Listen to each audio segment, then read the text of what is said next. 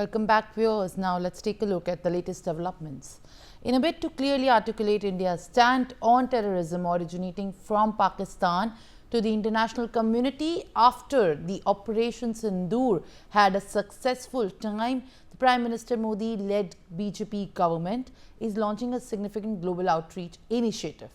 Now, under this initiative, we will see the deployment of 7 all-party delegations who will soon visit key partner nations, carrying a shared message of zero tolerance to terrorism. Members of the parliament from different parties, prominent political personalities and distinguished diplomats will be a part of each of this delegation that is now going to be departed. And as you can see, that is the official, in fact, information that of the outreach initiative entails to. The members of the parliament leading the 7 delegations include Shashi Tharoor, Ravi Shankar Prasad, Sanjay Kumar Jha, Baijent Panda, Kanimoni and Supriya Sule, while Shrikant Shinde, Union Minister Kiran Rijiju has stated this is a powerful reflection of the national unity above politics. Beyond the differences, in the moments that matter most, Bharat stands united. All right, Sanjay Sharma is joining me with more details. Now, Sanjay, it's a big development as far as India's outreach initiative is concerned. While there is often on the interest of nationalism, politics at one side continues and is witnessed all across the controversies. But this is one of its own kind of an initiative by the centre, where an all-party delegation is going to be visiting these nations with interest only signifying in the favour of Bharat. What are you picking up? देखिए, जिस तरह से operation सिंदूर को भारत ने अंजाम दिया, क्यों उसकी जरूरत पड़ी, और भारत ने साफ साफ कहा है, प्रधानमंत्री नरेंद्र मोदी ने कई बार कहा कि हमारा जो ऑपरेशन था वो आतंकवाद के खिलाफ था, आतंकियों पर हमला किया हमने, आतंकी शिविर नष्ट किए हमने। तो हमारा जो हमला था वो सिर्फ केवल टेरर के खिलाफ था, टेररिस्ट के खिलाफ था। तो इसी नैरेटिव को पाकिस्तान ने जिस तरीके से अपने आप पर हमला बताया, देश पर हमला बता करके जो दुनिया भर में जो मैसेज दिया, झूठा नैरेटिव करने की कोशिश की, उस नैरेटिव को ठीक करने के लिए भारत की तरफ से सांसदों के 7 दलों का गठन किया गया है और ये 7 दल G20 के देशों की यात्रा करेंगे। 22 मई से ये यात्रा शुरू होगी। इसमें शशि थरूर कांग्रेस के नेता हैं, रविशंकर प्रसाद पूर्व केंद्रीय मंत्री, संजय झा, विजयंत पांडा, कनिमोजी, सुप्रिया सुले, श्रीकांत शिंदे, इन सबको उसमें शामिल किया गया। कई सारे सांसदों को भी इसमें रखा जा रहा है, जैसे अनुराग ठाकुर हुए या कई सारे ऐसे नेता हैं जो दूसरे पार्टी के भी नेता हैं, तो उनको भी इसमें शामिल करके भारत की तरफ से जो ऑपरेशन सिंदूर का जो झूठा नैरेटिव पाकिस्तान ने गढ़ा है उसको ठीक करने की कोशिश की जाएगी। Well, all right. Thank you very much, Sanjay, for sharing more details. Now, the aviation firm Celby has moved the Delhi High Court against the Indian government's move to revoke its security clearances. In the plea, Celby Airport Services, India has claimed the decision was based on a vague international security concerns, with no specific justifications given. The company has also said in the plea that the move threatens nearly 4,000 jobs and could hurt investor confidence. Celby also argued that citing the national security without any explanation is legally unsustainable. And this move has come after the Indian government had revoked the security clearance of Celby.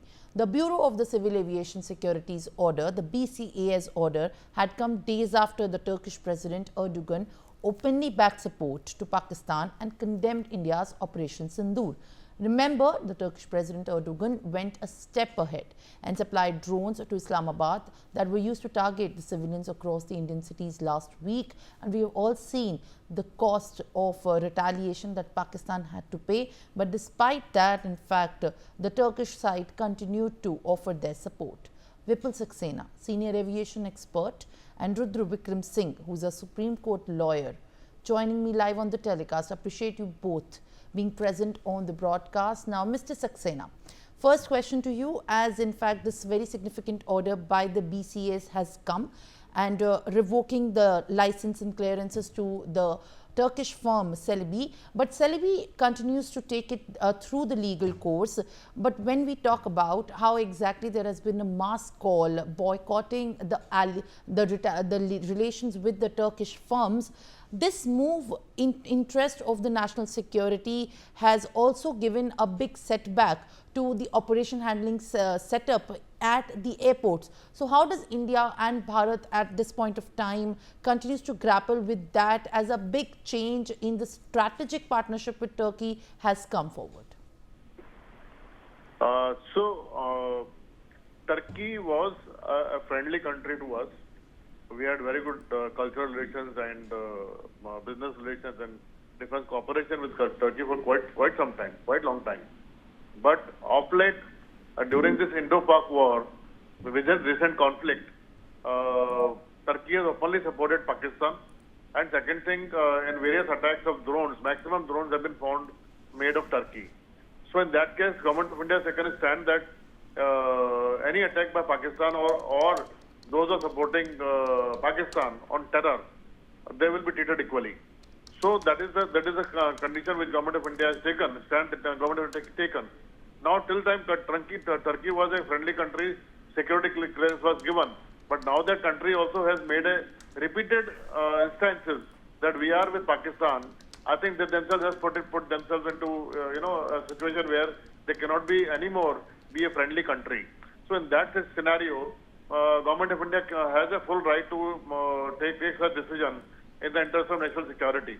And there is always a clause of force majeure in every agreement which allows such agreements or such contracts to be terminated. Mr. Saxena, absolutely. As you are also understanding that the BCAS had revoked the security clearances at this point of time when Turkey continued to offer their support for the hostilities committed by Pakistan. But when we talk about the legal side of it, does the Turkish-based firm stand, in fact, true to its sense that they can approach and get any remedy under the legal route that they have now resorted to? I don't think that they stand any chance of any legal remedy in India because their country themselves have declared repeatedly that they are with Pakistan. So in such situation, I don't think any judicial body or any judiciary will be able to stand by with their stand. And the reason that they're given is very, very flimsy. I mean, it's protection of job.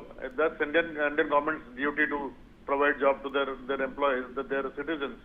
And apart from that, investors, we are not interested in investors' interest because investors are all located abroad. And if you see the shareholding pattern of Turkish, this Celby, they say 65% are public investors which are located in Canada and all that. So those are an unknown entity. The 35% shareholding is with the Celby family of Turkey. They are Turkey's big family. And definitely a big businessman of Turkey cannot be non-aligned with the political masters of the country. It cannot happen. So these are the reasons which are unspoken anywhere in the document. But definitely when it comes to intelligence or security clearances, those people definitely watch for it and they don't take chance on such grounds.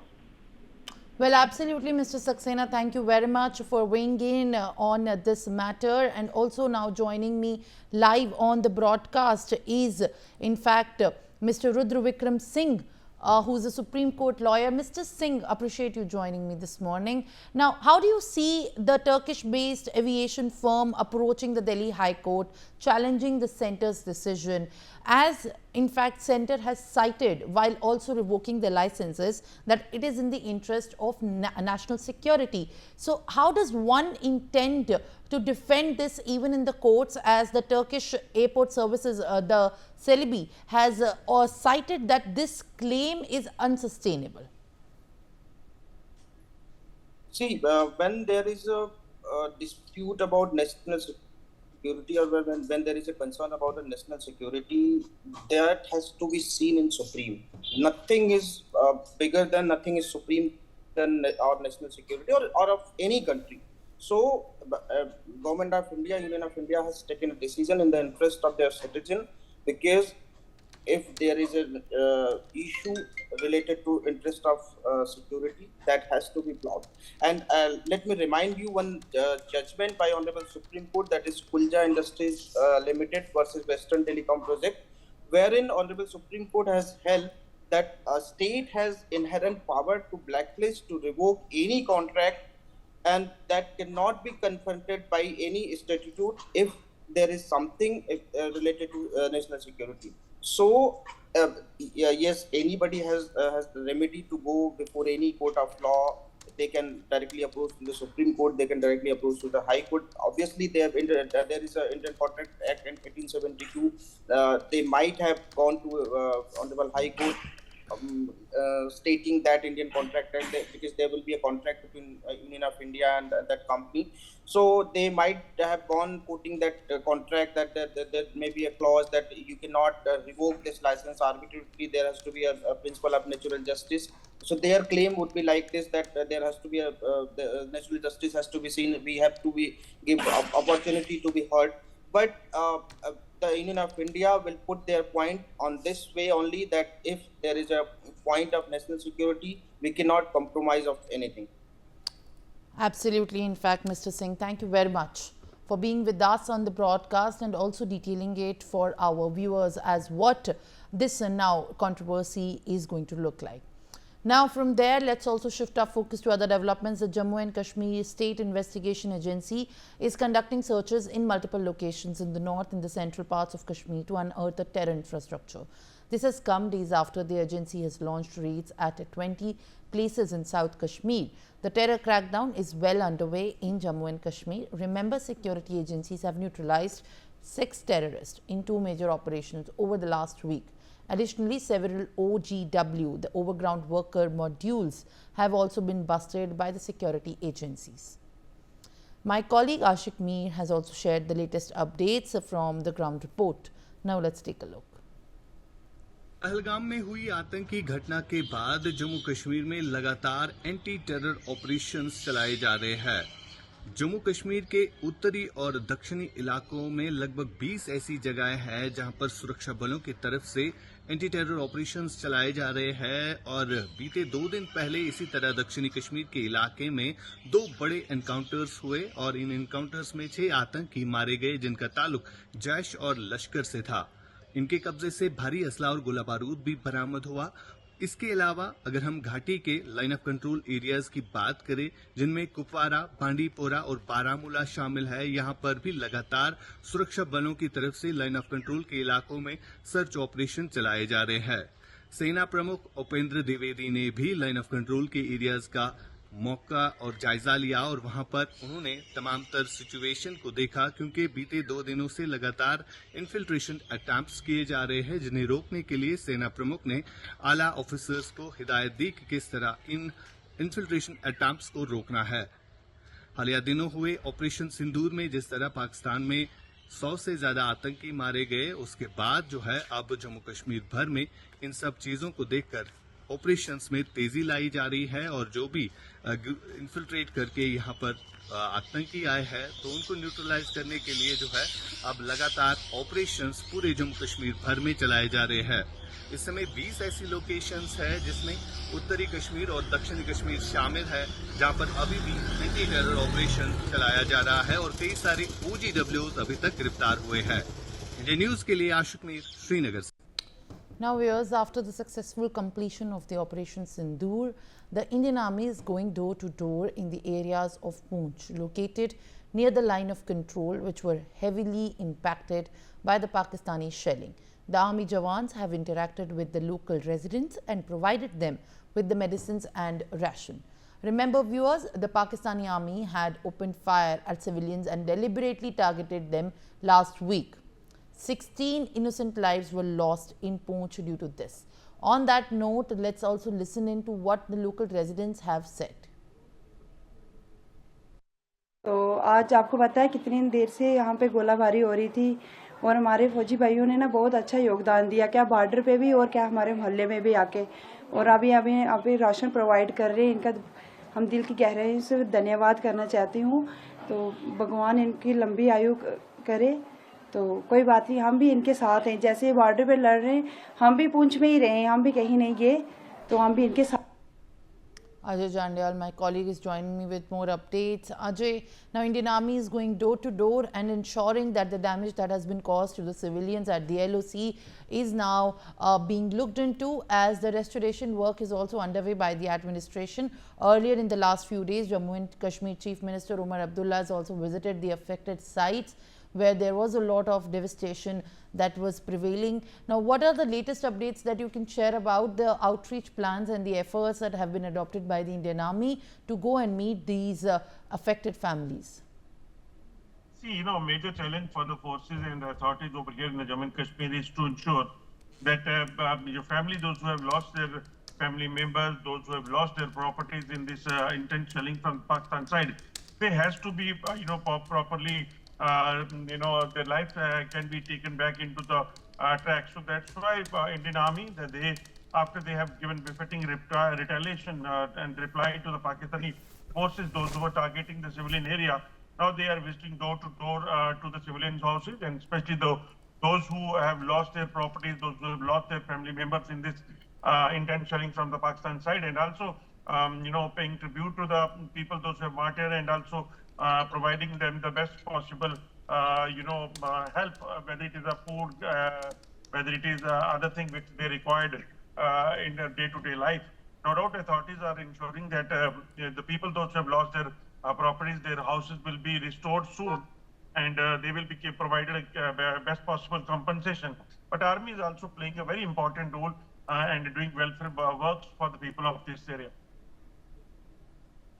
All right, Ajay, thank you very much for briefing us with details. And now, the cracking down further on the activities of the banned Babbar Khalsa international terrorist group. The National Investigation Agency searched 15 locations in Punjab. This was in connection with the grenade attack on a police station in Gurdaspur district in December last year.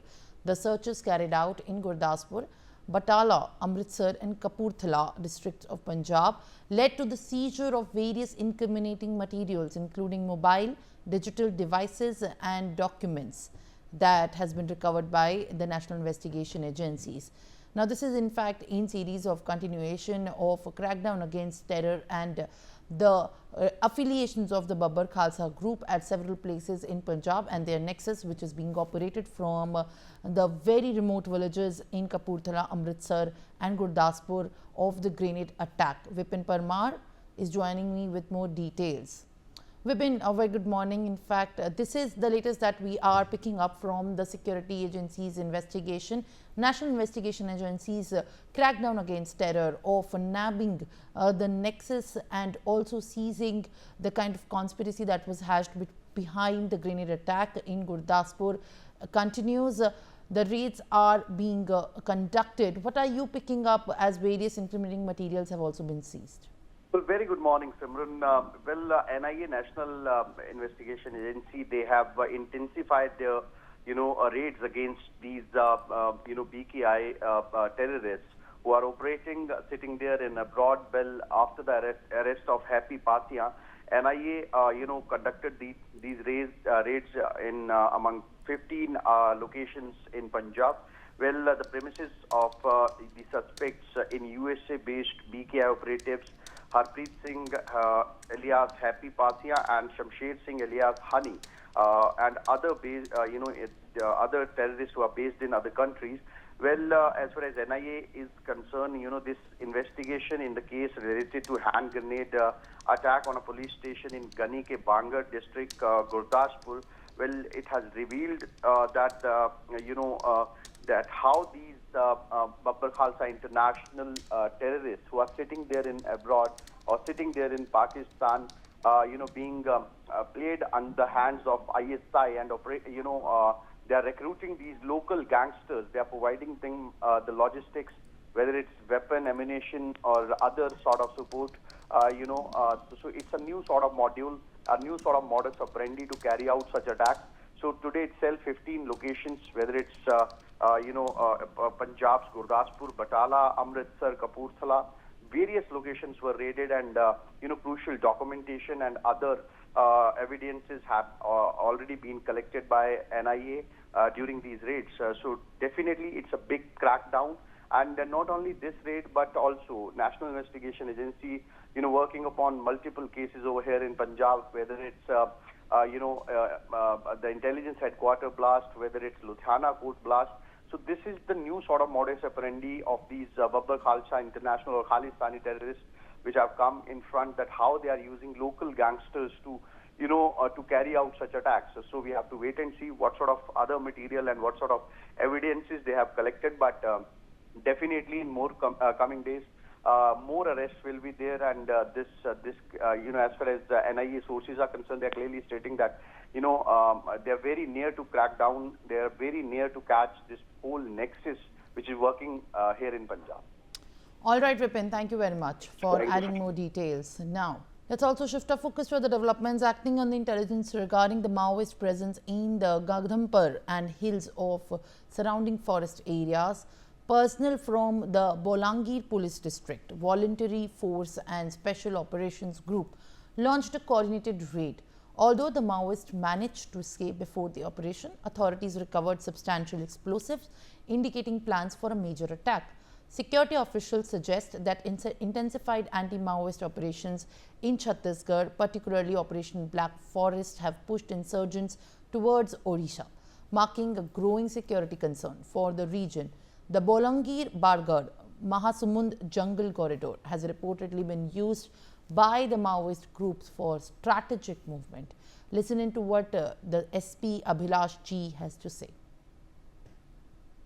उनको 15 तारीख सकल एक खबर मिला है गांधीमार्दन reserve forest और छत्रतंडी reserve forest में नक्सल camp है करके हमसे उस खबर के ऊपर हम इमीडिएटली 2 DVF स्पेशल टीम हिसाब से ऑपरेशन लॉन्च किया है। उस ऑपरेशन में हमको बहुत नक्सल आर्टिकल्स हमारा पुलिस टीम सीज किया है। उस आर्टिकल्स में मेनली IEDs है, इम्प्रोवाइज एक्सप्लोसिव डिवाइसेस। वो IED बनाने के लिए जो एक्सप्लोसिव यूज़ करता है, डेटोनेटर्स यूज़ करता है, सब हमारा पुलिस टीम सीज किया है। उसके अलावा माओइस्ट का लिटरेचर्स हम सीज किया है एंड उस एरिया में हमें अभी भी combing operation. Now we are shifting our focus to other developments following Turkey's support for Pakistan amid the recent tensions with India. Apple traders in Ajmer have said that they have decided to boycott Turkish apples. Listen in to what the local trader has said. Bharat Pakistan के तनाव के बाद सेब जो वहाँ से आता था उसको पूरी तरह बैन कर दिया गया है। इसके अलावा कीवी वहाँ से आती थी जो पहले से यहाँ पे बैन है। इसके बाद भी जो भी आगे से और कोई फ्रूट आएगा वो सब बैन कर दिया जाएगा। टर्की की जगह हमारे कश्मीर का एप्पल बहुत चलन में है। कई सालों से वो पिट रहा था लेकिन अब उसको भी फ़ायदा मिलेगा और भारत पाकिस्तान तनाव के बीच जो भी फ्रूट वहाँ से आते थे उन सबको बैन कर दिया गया। All right, Mehndi Garg is joining me on the phone line with more details. Now, Mehndi, in the line of all the groups that have been boycotting and calling for a mass boycott of trade with Turkey, now the Ajmer traders have also condemned the relations for the trade of apples with Turkey, and apple traders have said that they are going to now launch a boycott with the Turkey as far as apple import is concerned. What are you picking up as different outfits, different traders and different groups have come together to stay united in this call? Well, indeed, Simran, following the Turkey support for Pakistan amid recent tensions with India, now the apple traders in Ajmer, and also not only in Ajmer, Simran, but also in most parts of the country, say they have decided to boycott Turkish apples. So we just heard one of the, apple traders who mentioned that how after India-Pakistan tensions, apples and kiwis coming from there are completely banned, and also any other fruits coming from Turkey will also be banned in the upcoming days. And in place of Turkey apples, people are buying Kashmiri apples, and not only that, but also Turkey has supported Pakistan during this marble, and fruit traders have supported their business with Turkey. So not only, the apple traders in Ajmer, but also in Delhi, the Azadpur Mandi traders have exclusively talked to Newsx and told that they are also boycotting anything coming from Turkey, whether it's the apples or other products or, other fruits as well. So there is a, hashtag boycott boycott Turkey was also, which was trending on social media all around. And now we can say that the people of this country are also, voicing their opinions regarding boycotting Turkey and also Azerbaijan. So in that sense, we just heard the Apple traders and also the people from different communities, from the business communities, who are coming forward and banning and boycotting whatever is coming from Turkey in terms of import and export as well. Yes, Simran. All right, Mehdi, thank you very much for more details.